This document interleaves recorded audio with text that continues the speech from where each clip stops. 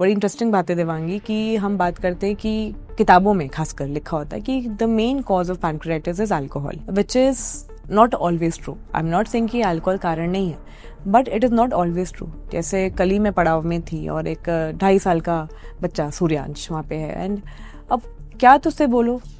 And मैं कई बार अपने जो मेंटर्स हैं या सीनियर डॉक्टर्स उनसे बात करती हूँ, इतने छोटे सर बच्चे आएंगे तो हो ही नहीं सकता पैनक्रेटाइटिस, इतने छोटे बच्चों कहाँ होता है, ये तो शराब से होता है। बट आई थिंक कहीं ना कहीं ये चेंज होता जा रहा है, इसका परिवर्तन आ रहा है, एंड उसमें हेरिडिटरी का रोल है। बट ये विषय है सोचने का कि बीमारी क्यों बढ़ रही है। बीमारियाँ तो सारी बढ़ रही हैं, लेकिन पैनक्रेटाइटिस का मेरे को इसलिए कंसर्न रहता है क्योंकि इसका जो पेन है वो इतना सीवियर होता है कि मरीज कुछ नहीं कर पाता।